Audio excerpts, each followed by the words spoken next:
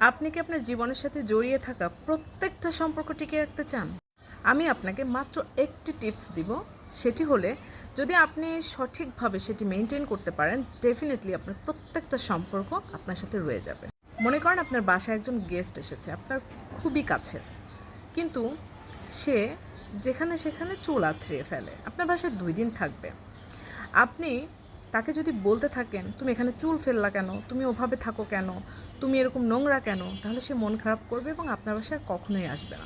কিন্তু আপনি দেখেও না দেখার ভান করে যদি একটু বিষয়টা মানিয়ে নেন এবং আপনার কাজের লোক দিয়ে যদি একটু পরিষ্কার করিয়ে নেন তার অজান্তেই, তাহলে সে আর বিষয়টি জানতেই পারবে না। আমরা বেশিরভাগ সময় মানুষকে উপদেশ দিই বা তাকে নিজের মতো ভাবা শুরু করি। এই বিষয়টি হচ্ছে আমাদের সম্পর্কগুলো নষ্ট করে দেয়। আমরা সবসময় মনে করি সে এরকম কেন, সে এরকম না কেন, তার এটা ঠিক হয়নি, তার ওটা করলে ভালো হতো, সেটা জানেই না, সে একদম মূর্খ। সে যাই হোক, তার ভেতরে যে গুণই থাকুক না কেন বা তার ভিতরে যে দোষই থাকুক না কেন, আপনি বলতে গেলে যদি সম্পর্ক নষ্ট হয়, তাহলে তাকে তার মতো থাকতে দিন।